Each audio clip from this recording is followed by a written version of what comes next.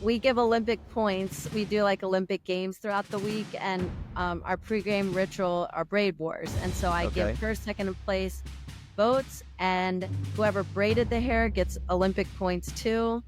But she, man, brings the Braid Wars. Like She they're does.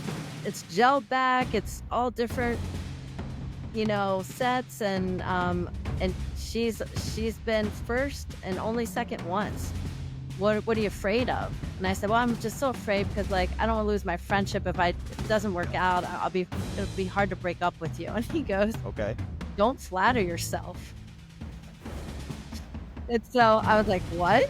And he's like, I mean, don't flatter yourself. I mean, you're really nice, everything, but I'm a big boy. Like, doesn't work out. Just say it doesn't work out. And I was like, all right, we're dating then. Game on. Before we move forward, is it being likable for younger coaches, not necessarily in the sport, but we're kind of lacrosse specific right now. Is being likable, should being likable be important for a coach in a leadership role? Yeah. So I say no per se, and they felt they belonged. It took us a while to get over the hump of those NCAA games. Winning one of those. It took 10 years to beat Florida. Right. You have to build it. What I learned was there were moments of discipline in that game with our 9 cards and not being able to secure the draw. That if you can get a little bit more discipline to get more possession, it's a statistical game. Like the statistics don't lie. All right, Tampa Bay all the way to Jacksonville. We have a special guest for you today. Let me just knock out these accolades because she is fantastic. I didn't know as much about her as I thought I did, but let me go ahead and knock these out. All right, so Atlantic Sun Coach of the Year, Centennial Conference Coach of the Year, NCAC Coach of the Year, co-founder of Lax Maniacs, and the first head coach of our USF Bulls women's lacrosse program. We welcome Coach Mindy McCord to the show. Coach McCord, talk to us. Hello, how are you doing, Preston? Oh, I'm good now. You're on the show. I'm fantastic. I am I love your fantastic. hat. It's always go Bulls around here. Always Wow, go Bulls. Always go Bulls. So it's let's a jump better right one than I'm into it. wearing. No. Well, look, I'll give you mine. You give me some gear, and we'll call it a day. Okay. All right. So, I want to jump right into it, Coach. You coach with your husband, Paul McCord. All right.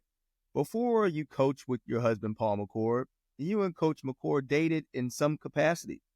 Take me back. Take me back how you guys met. What's the love story? Well, we coached before we fell in love, I guess you could say. He was trying out with the Ravens at the training camp at Western Maryland College in I guess 1999. Okay. And I was the field hockey and lacrosse coach there. So I would we'd all watch the training camps, and I was sharing an office space with him, but he was trying out. And he also coached football and he did track. And so he did strength and conditioning. So he started as our strength coach. And then I lost a goalie coach, and someone's like, oh, well, he was a goalie soccer coach. And so I was like, hey, can you coach my goalies? And then I went from coaching goalies to coaching attackers, and he just kind of evolved in the game. But I think that, let's see, we were just really good best friends. Mm-hmm. The track coach was my high school track coach. So we all went to church together, Okay. and we all just were best buddies. And I think one day he said, do you want to date? Cause we hang out like we're dating. And I was like, no. Like we're friends. And, he said, well, what are you afraid of? And I said, well, I'm just so afraid because like, I don't want to lose my friendship. If it doesn't work Yeah. out, it'll be hard to break up with you. And he goes, Okay. don't flatter yourself. And so I was like, what? And he's like, I mean, don't flatter yourself. I mean, you're really nice, everything, but I'm a big boy. Like, if it doesn't work out, just say it doesn't work out. And I was like, all right, we're dating then. Game on. And, then we never, broke up after that. And he proposed, and he was coaching in the NFL and I was coaching at the college level. And he got an opportunity at Jacksonville with the Jags with Jack Del Rio, who was with the Ravens when he coached with the Ravens. After he ended up his tryouts with the Ravens, he got a coaching opportunity with them. Okay. And then when we moved down here, I called the NFL not for long. Yeah. And the special team staff, he did strength and conditioning, special teams got let go. And we started growing the game of lacrosse. He consulted with the Bills for a while, but kind of became an entrepreneur, which is always a spirit that he had about himself. Lynchburg College Hall of Famer, inducted in 2015. A 4-year starter, captain and regional All-American you were, okay? Long time being ago. a captain, yeah, it's okay. It's all right. It's all right. Hey, don't age yourself, coach. You don't do that. I've seen you coach. You're still like 25 at heart. I've seen you rock and roll. All right. So the follow-up to that is, after all those accolades, is did being a captain on those teams or on that team that you were on, did that prepare your journey for understanding how to manage people? That's a great question. I think that I always had kind of innate leadership qualities within me. I always gravitated to leading myself and others. My coach was really instrumental in telling me I was going to be a coach. She's like, "You're going to be a coach." And, I think she saw my leadership abilities. That's why she wanted me to be a captain. And then she saw that I had a coaching acumen as well. I didn't see those things necessarily in myself because maybe they were just more natural than I was trying. Okay. And so she propelled me into coaching. I was a head coach at 23 years old. So just leadership was always part of my DNA. I think management of younger people when I was young was hard because it's hard to gain respect, but also be in an authority role, but be closer in their age. So that took a lot of strategies and, perseverance through those younger years. But I'd say that, when you're a captain and you're a leader and the buck stops with you, leadership can be a lonely place. But I've always thrived in that environment, and it's never felt stressful to me, to kind of take on that responsibility. I like building vision and building teams, which is why you see I'm always committed to the growth of the sport. And I take that as a challenge, but it's more of a passion than I'm worried about, not being likable or not being successful in leadership. But certainly being a captain allowed me to have a voice that, I could practice my leadership skills. And you said something that's interesting, and I just want to jump on before we move forward, is that being likable for younger coaches, not necessarily in the sport, but we're kind of lacrosse specific right now, is being likable, should being likable be important for a coach in a leadership role?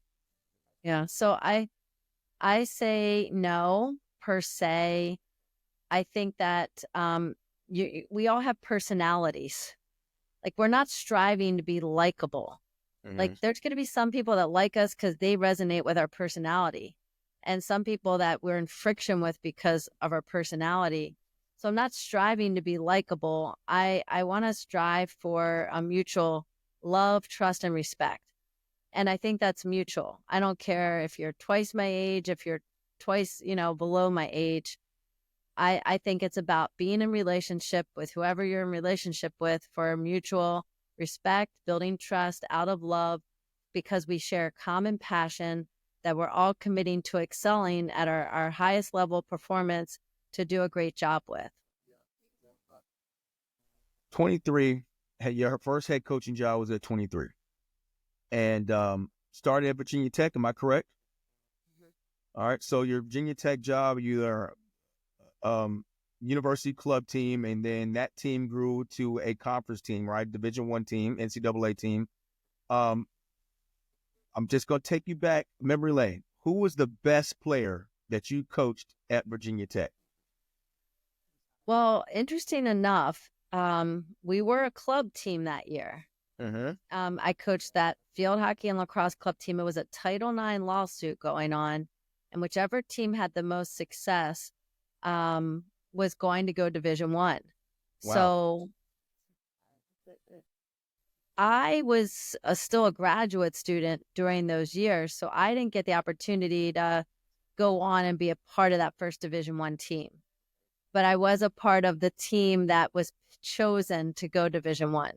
So That's I'd say crazy. from a player standpoint, um, I don't believe that year, and gosh, I'd have to go back and look at a picture, Yeah. that Yeah. any of those players jumped to the Division One game that I had been coaching.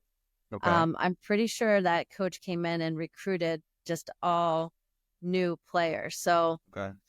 I can't give you a name per se. Okay. What take me back to the Title IX. Like, how did that all come up? Why was that even a thing where they had to choose between those two teams? What was going on at Well, that time? you have to have a balance like with football. Yep. And so they look at like teams that can have the right amount of numbers. Like, here at USF, we're Title IX counterpart to football, but also is beach volleyball, sand volleyball. I'm sorry, beach volleyball, which is sand volleyball, and court volleyball, um, and sailing. Like there's multiple women's sports that balance that. Okay. So for that particular school, they needed to have one sport with a larger roster Mm-hmm. to be able to balance those gender equity numbers. And so Understood. field hockey and lacrosse both carried, 30 to 35 players at that time. And they wanted to be successful. So they were really looking at what the club team, like if the club team could be successful, then likely there could be some players that could propel into a Division One program. And the lacrosse team that year, we did really well. We played some Division One teams, we played Division threes, and they had a lot of success. And that's how that team was chosen. That's interesting. And we're going to stay on that coaching track, if you will. Oberlin College to make Daniels College to Nice High School and to JU at Jacksonville University. Take that journey. What was a single most challenging obstacle that you had to get over? I mean, they were all so different pivotal points. I don't know if there was one obstacle. I was different, a very different person based on my maturity. Okay. I was 23 at Oberlin with no experience. So I was just, those first 5 years, I was just invested in figuring it out. My coach at college was mentoring me a lot. Mm-hmm. I had inherited some pretty good players from a previous coach and had some success there, in large part due because the one team really embraced me being a young coach, and I had learned from some other coaches there. They mentored me. The Right. basketball coach, he had been a basketball coach for 20 some years. He was my assistant, Okay. so I really learned how to coach from him. Okay. And when I pivoted to McDaniel College, I had now some experience under my belt. The thing I had to figure out there was, how do you recruit to a school in the Mid-Atlantic? Okay. And that's where I took Paul's recruiting strategy. He had recruited like 8 players of the year in football at the school. And I was like, okay, well, if you can recruit players of the year, how can I do it? And I learned some strategy from him on recruiting. And he said in 4 years, I would win a Centennial Championship. And it took 3 years, and we beat Hopkins 1-0 in field hockey. And it still is the only championship that remains after 70 some years. Wow. So that was the biggest obstacle there, was being a coach of 2 sports, you're dividing a lot of your time. So I needed really good strategies to maximize time. And then when we came down here, when I was out of the college game and we were growing the sport, it was very much like, how do we grow the sport responsibly? And we started at the youth levels We started with officials training, and then we went to the high school level. And Paul started Bartram Trail High School. I started Nice High School. But more importantly, we were in with county athletic directors, shaking trees, trying to get them to really want to evolve the sport. And in year 2 of us having kind of club programs that were going to be launched into college programs, Duval County's athletic director declared the sport a sanctioned sport, which means any school could add men's or women's lacrosse. And a whole bunch of them did. And because of that, FHSA actually sanctioned the sport because of Duval County and Let's that go. commitment of that athletic director. So that's how it became a varsity sport. And then we coached those 2 teams and helped to grow them alongside of starting the club program with Lax Maniacs. And, which was our goal was to help get kids from the South to college. And we knew that could change their whole experience in a positive way. So we really were passionate about that. And I think the challenges in growing the sport were people just didn't know lacrosse in the South. And, it was really hard to get people to, we were in a pay to play model.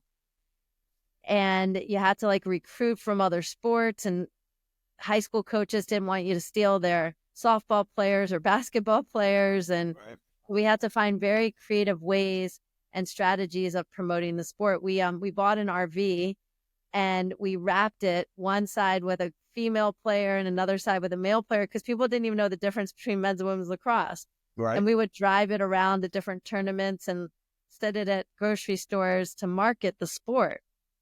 So, through our sports marketing company, we started growing the sport, and then evolved the Lax Maniacs program. And then JU, what happened with JU was when Paul stepped away from the Jags, he started Sports Talk Radio on 1010XL in Jacksonville, and he was the coach, and it was with the David Lamb show, and he started promoting lacrosse. Well, one of the athletic directors at associate ADs at JU heard him on radio and said, we'd be interested in learning more about adding lacrosse to our school. And we went and met with them.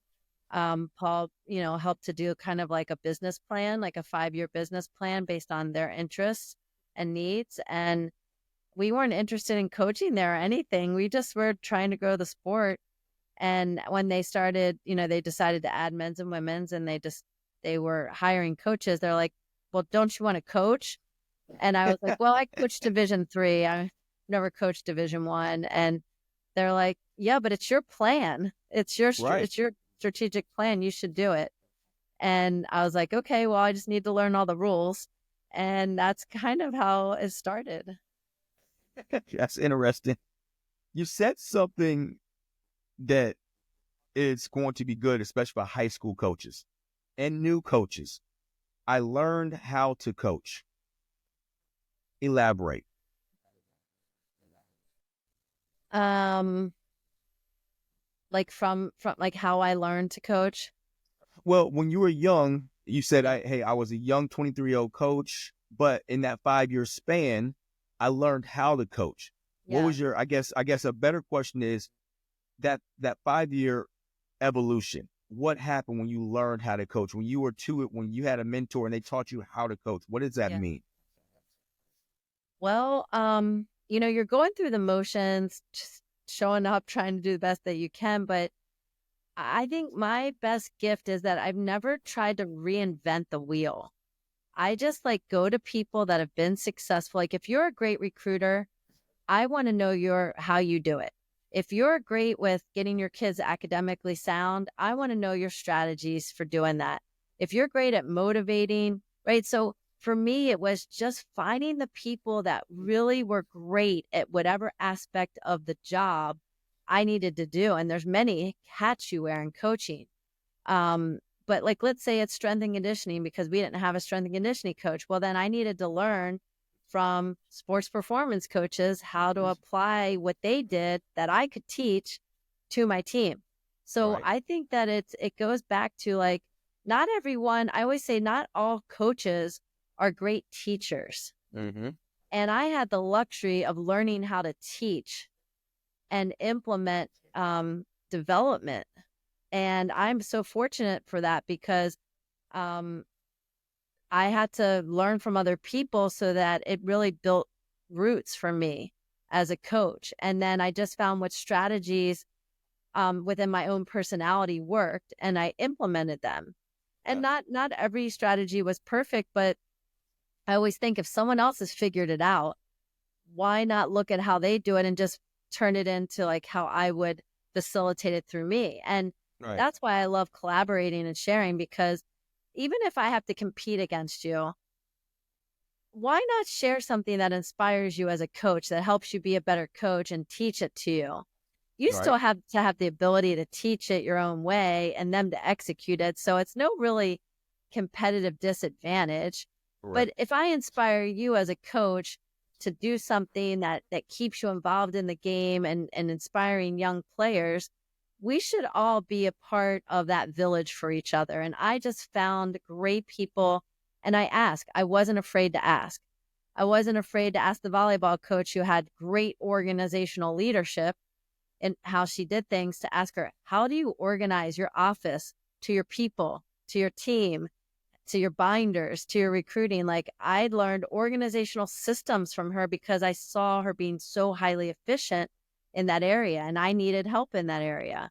But I think you have to realize what you're good at, where you need support, be willing to find the people that are great at it, ask them for help, and then implement it in your own way, and then reassess and debrief and change what's not working, find a new strategy, and keep doing what's working. Great notes, Coach. And people don't, I think they're not necessarily aware of the success that you have had as a head coach at every stop that you've been. And a lot of people, I would assume, they don't do they don't know what comes with coaching, but with the good comes the bad, right? So take an instance, and I'll give you some time to kind of maybe think about this for a few seconds, is when did your gut, when during a game, or matter of fact, it doesn't have to be during a game, but I would like it to be, when did your gut tell you something, like you made a call, you made a split-second decision, and your gut told you, you know what, that's probably not the right thing to do, but I'm going to go with it anyways, and it backfired on you? I know one of the exact ones. I have two of Okay. them. Okay. One was, we were in a tight game in the Centennial Conference, and was like we had one goal that we could score to win the game, and we didn't get it done. And I think at the end I said, if you guys only had as much heart, and passion as I did, as I do, then, you would have won the game.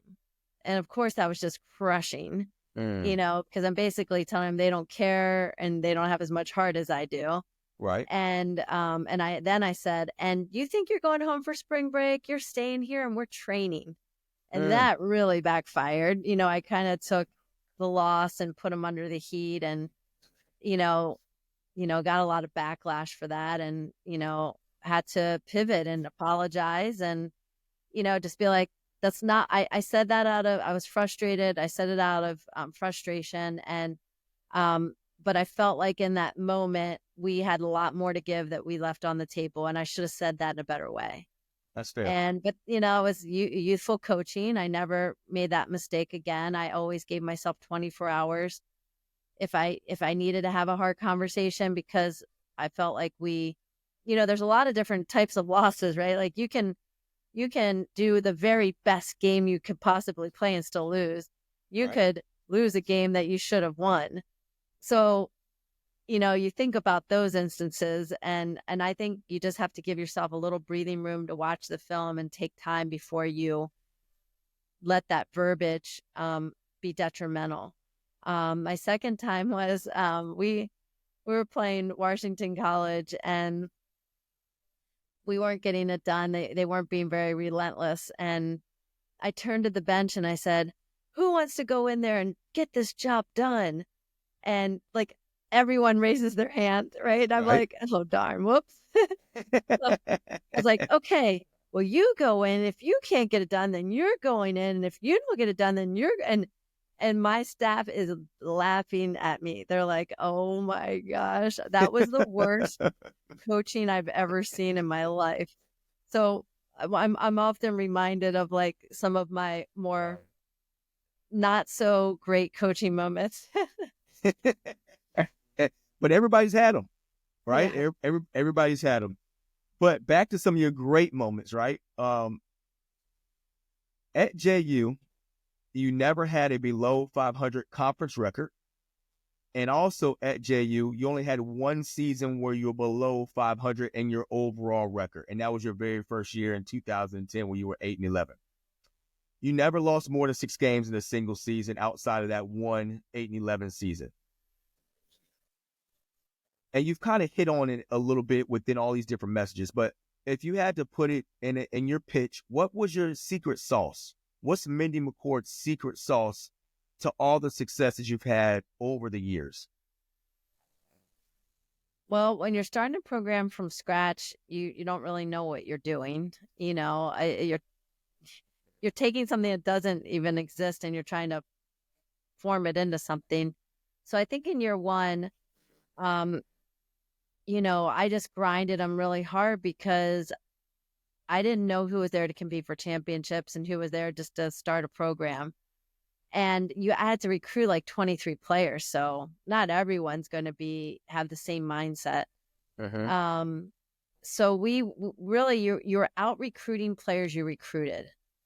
Okay. And that's what led to, I think, a lot of the success is you have to get players that are going to say, I have to find someone better than you.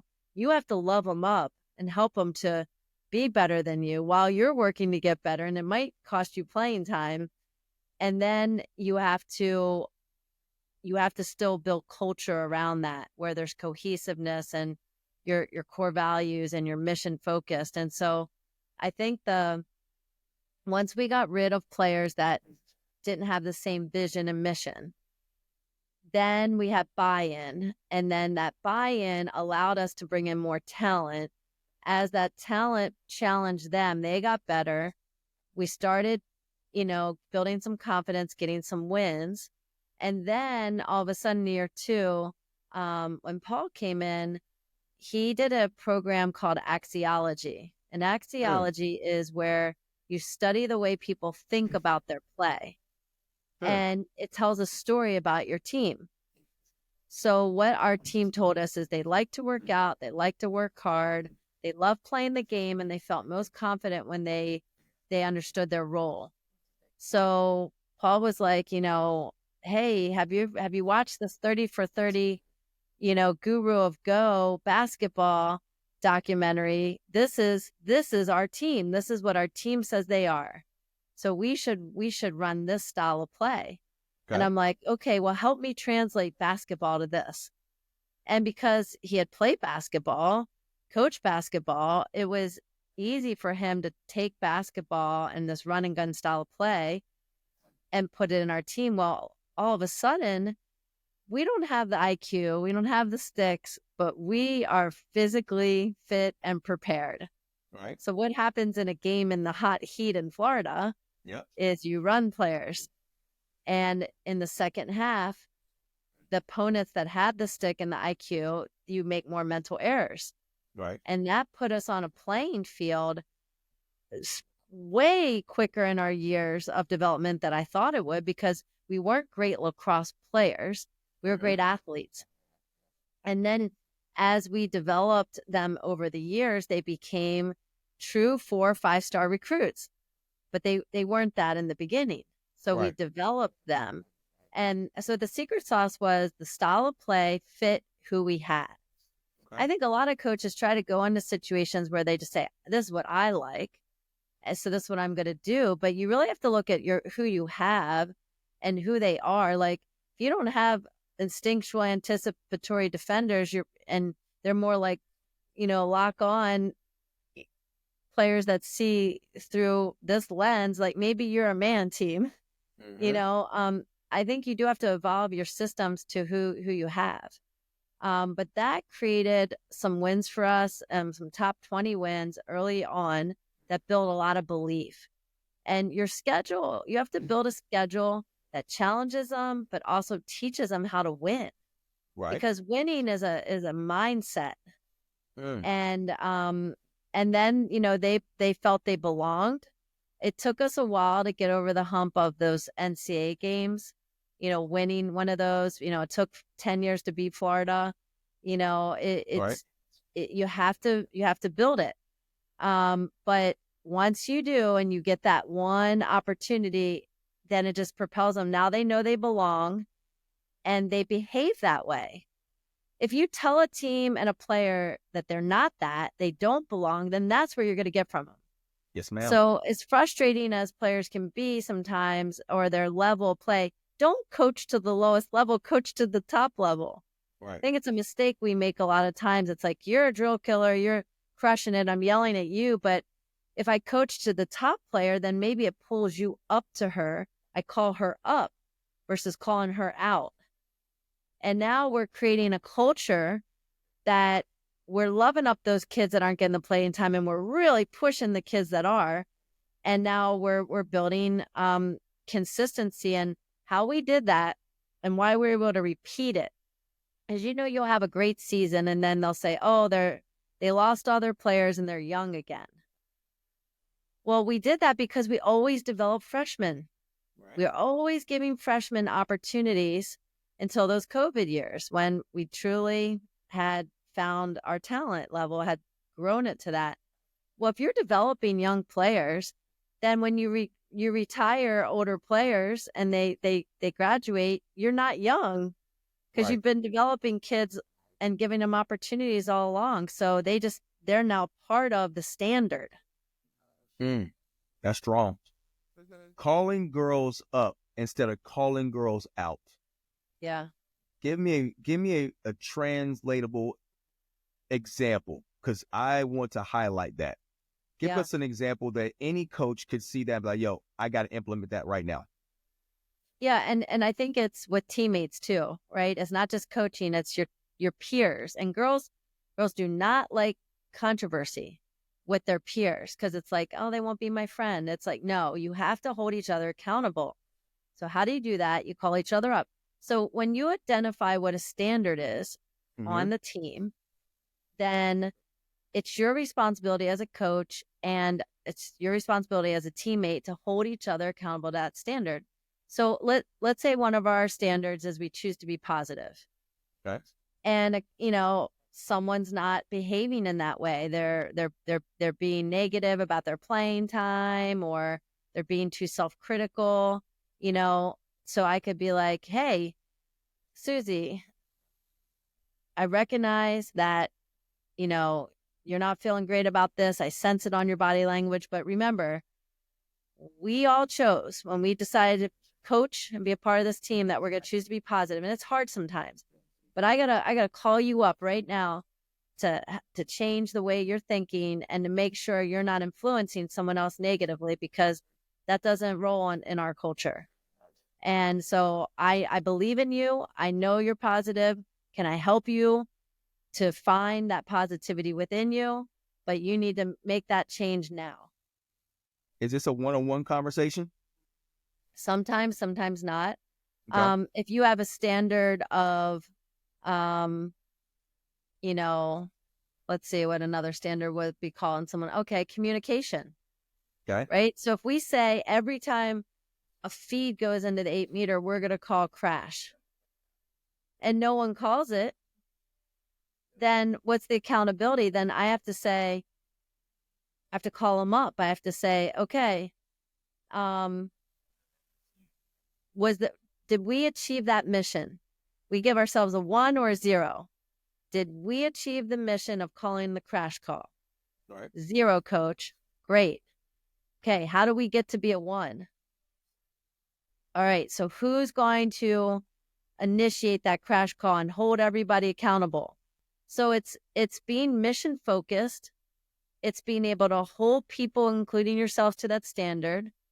And it's being able to voice it in a way that doesn't put the person down, but calls them to the standard, because this is what's going to help us succeed.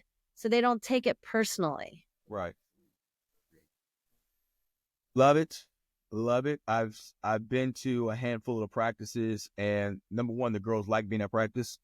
Number two, the coaches coaching level is just fantastic. The tempo of practice is fast. The accountability is there. The girls like being around each other and being around their coaching staff. So that's just a credit to USF. And that's because at the time I've seen you at USF. I didn't see you at Jacksonville, but let's fast forward into Tampa and USF. How did you get the girls to buy into a brand new program? Recruiting It them. was hard because the brand, no one in lacrosse knew the Bulls brand. Like, I'd be in an airport and girls would just walk by me. They had no idea I was a lacrosse coach. So the first thing we had to do was we had to show up everywhere with this logo, lacrosse, just to help people understand that we had a program. Right. And we had to really help the brand grow. The second thing we had to do, like, we knew that once you get them on campus, you get them to Tampa, you've got the beaches, you've got the warm weather, you've got the Tampa City, like, that's going to sell itself. So you need to highlight those things. You need them to get a feel for that. But when you can't touch or feel or see a team, right? All these girls want to know, who am I going to play with? Like, who are my teammates? How do I make a decision on this? You have to find players that, want to create a legacy and want to do something that no one can say they've done. Like, how many people can say when they're our age, I was the first at that. Right. Like, I started not that. many. I have an investment in the very first team. So everything that comes after it, I feel part of. Right. And that's a unique person. It's not everyone. Some people want to be on a national champion team, whether they play or not.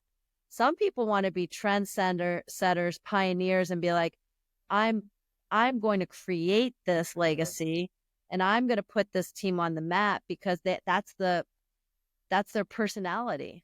So we had to do that, and then we had to find culture kids. I felt like if we could reverse engineer the transfer portal and build traditional classes and then sprinkle in the transfer portal, yes, are we going to be young? Yes, but then if we know how to develop the talent, we're going to arrive at some juncture in our journey here, and hopefully sooner than later. But we needed to have our pillars of our culture intact, because that's the glue. Right. So, our 5 pillars are family, love, trust, lead, serve, and faith. So, love is an easy word to say. It's a hard word to show. So how do we show that to each other on a daily basis? We have to map that out. Trust is something you have to actively work towards. It's easy to lose. And when you lose it, how do you build it back up? Right. Family. We want to operate like a family. You don't always like everyone in your family, but you love them. You get their back. You don't gossip about them. If you truly believe your coaching staff and your players are family, then you behave like that. And so they all become actions. And then serve. I play to serve my teammates, not myself. We want to serve our community. We want to be the ambassadors, the role models. We want people to want to feel part of our family, not be elitist. So we have to get out in the community and we have to engage that population so that we can build fans and we can build lacrosse. We can get other little girls inspired to play the game. And then maybe you have a heart to serve in a particular cause. Like, I think when people have causes that they're playing for, that can be a really powerful tool. So we try to figure out what are other people that we can serve in other areas of the community. We've been in Title I schools where you try to get lacrosse, in a population that may never know lacrosse, and maybe it changes the dynamic of a kid's life that gets exposed to it. And then leadership. I found that just because you're a senior doesn't mean you know how to lead. We have to actively implement teaching leadership skills, teaching behaviors of networking, handshakes, how to communicate, how to talk to people, how to lead others and lead yourself at the same time. So we have a whole curriculum that we implement in leadership, and you can lead your freshman year. You don't have to wait till you're a senior. And then faith is sometimes spiritual, sometimes not. Faith is believing in something you cannot see. Yep. And we all have to believe that whatever schedule we put out there, that we have to dream. We have to dream big. Our motto is one team, one dream. You know, we have to, your dreams inspire you. They wake you up at night. They move you into action. They create that passion. So if we're not dreaming big and really shooting for the stars, then we're not moving ourselves into enough action to be great. And so we have to have faith that we can dream big and pursue our dreams, you know, with action, that we can accomplish it. Well, you be able to recruit me. You so the community's on fire. Everybody's excited about USF Lacrosse. You come into the season hot. At the time we're recording this, you would have had 2 losses, an 11-18 loss versus Florida, who's a thorn in everybody's side in the state, and deservedly so. They've kind of earned that right to be the big dogs. And then a extremely talented Townsend team who is always competitive, and a slim 12-13 loss, right? How do you bounce back? And I say you, yourself, your message to your staff, and your players. How do you bounce back from losses? So, you know, when you look at the Florida game, you know, it was important for them to see how they reacted to, you know, you're playing a ranked opponent. You try not to play the ranking, but, you know, they've built that, you know, and what I learned was there were moments of discipline in that game with our 9 cards and not being able to secure the draw, that if you can get a little bit more discipline to get more possession, it's a statistical game. You know, like the statistics don't lie. Now they sometimes do, and they did in the Towson game, and I'll tell you why. But you clean up your cards. Like you can't have your team playing defense an entire game because you can't get enough possessions to get shots. Right. So we can't have that many cards, and we have to be able to figure out the draw.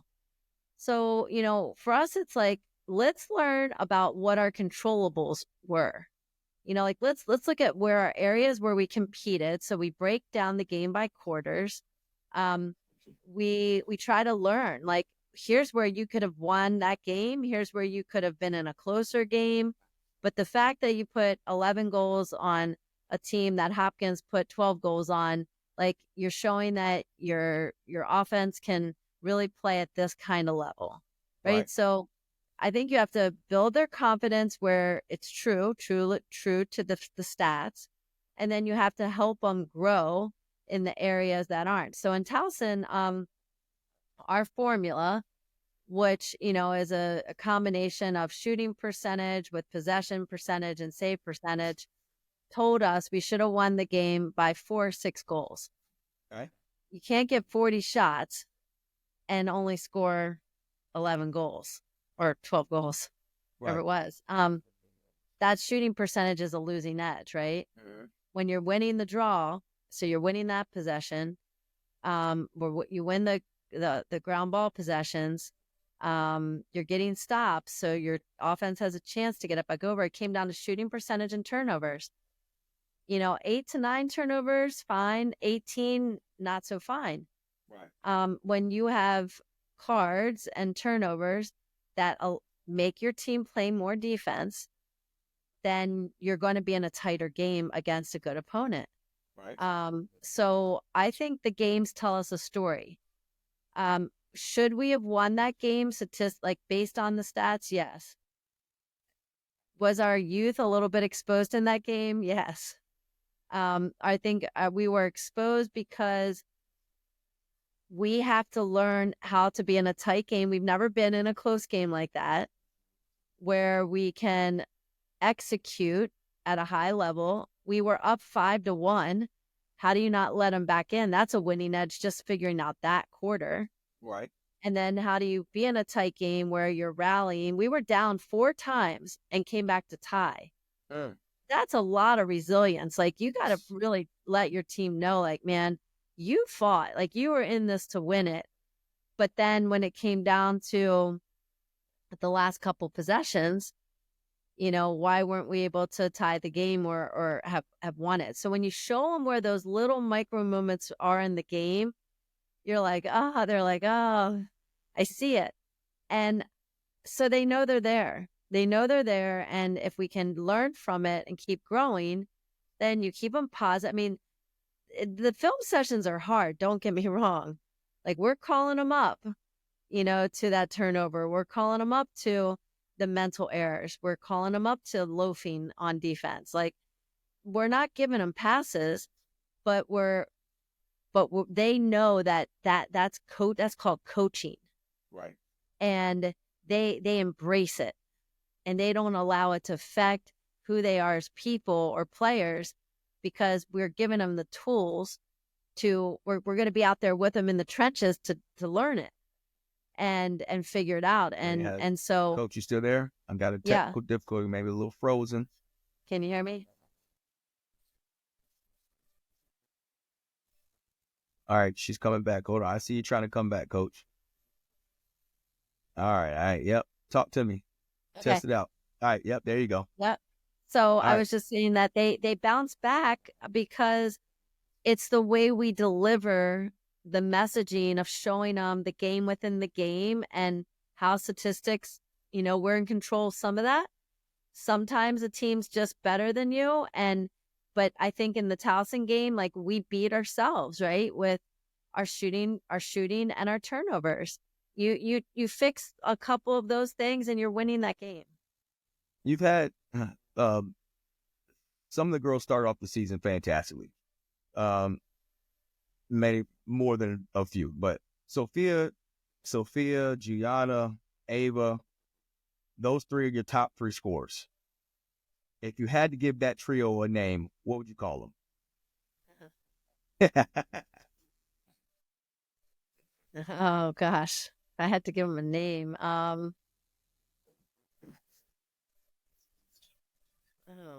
gosh, you're really testing my creativity. I'm trying, Coach. I'm trying. Sophia's got 15 at this point of the recording. Sophia's got 15 goals in the season. Juliana and Ava both share 9. All right, those are some good numbers for a first-year program. So you got to give them a name. Name? Oh my gosh, you probably have a better name than I could create. We could come back to it. All right, okay. Easier question. Say one nice thing about Allison Harbaugh. She's super competitive and cares to the nth degree. She has such a big heart, and she loves on people. You'll never see it. You don't see it because it's like she doesn't need gratification for it. She just wants to be her very best. She wants to do well for the team, and she just loves God so much. Like, she plays with a purpose that's beyond who she is, and you can see that in her ability to pivot from mistakes and her ability to not get too consumed. And I really appreciate that about her leadership. You said it, numbers don't tell it all. They tell a story. It's not complete. And just looking at her numbers, she seems like one of the more complete players, and is probably part of her position. But she has very complete stats, if you will.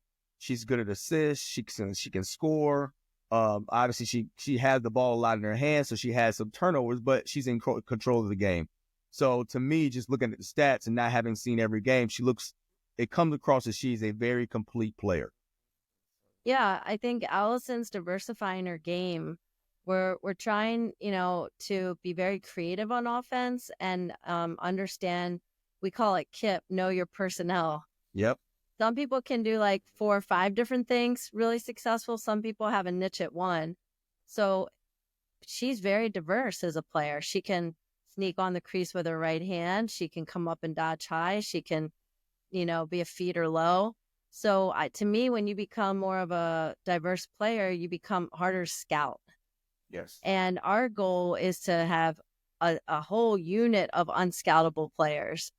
So, I think that's where I've noticed in this first 5 games, she's diversified her game to become more unscoutable. And that's what is really showing up. Who's got the biggest bite on defense? Who's the big dog? Wow. I think Paige, she's not a big dog personality, Okay. but to lead all those young players that are in there with her when she's getting just shots, like how many shots are people taking? She just stays in it mentally.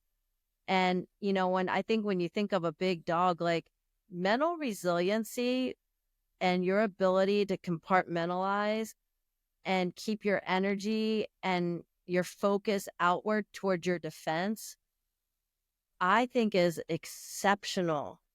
You don't find a lot of goalies that have that capacity. She's confident, she's calm, and she can direct. And to me, she becomes an anchor, almost like a lieutenant or a captain Right. in there that can really bring a unit with her. Last question, and probably the most important question. USF has taken off in their social media. The school in a whole does a fantastic job in their social media marketing department. But your girls have really kind of taken it to another level, right? They're having this kind of challenge, their game day hair challenge, right? And they're showing how they do the game day hair, this, that, and other. So here's the $1 million question.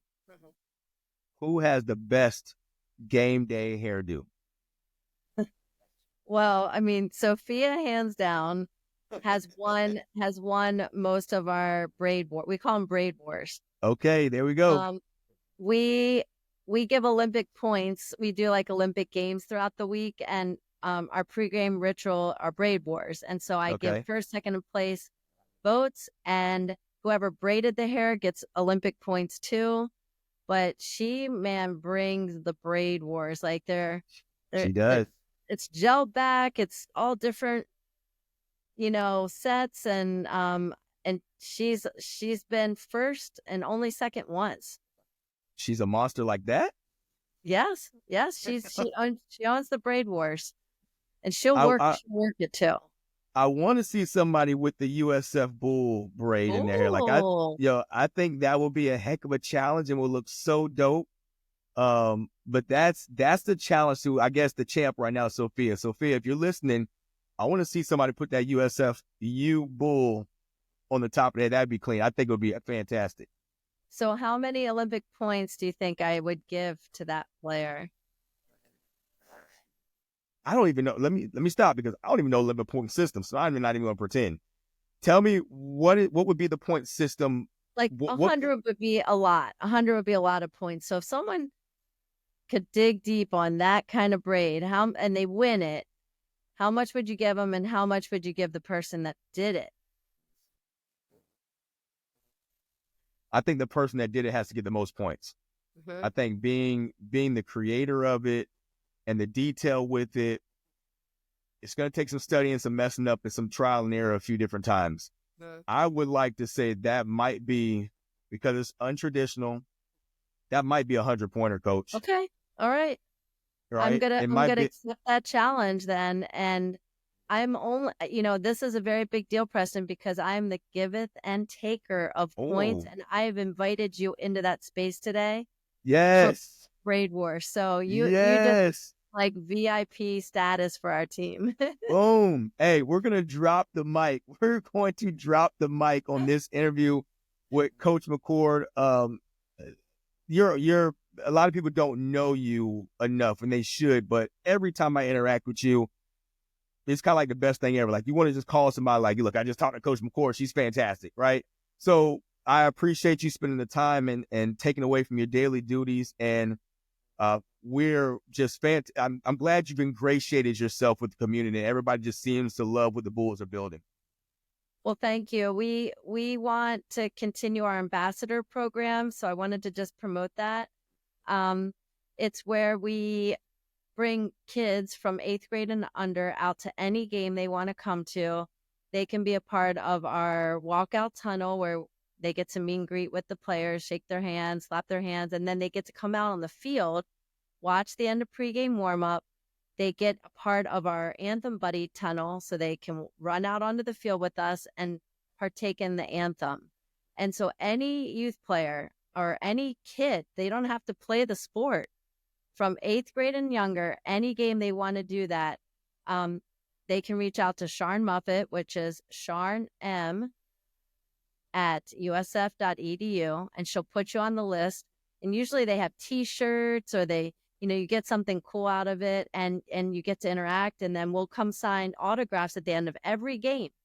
The end of every game, if you're over at where we do our post-game alma mater, we'll do autographs, and we just want to build a community where kids want to come play, watch the game, get to know our players, and have a great experience with us. So we hope you'll come be ambassadors of our program.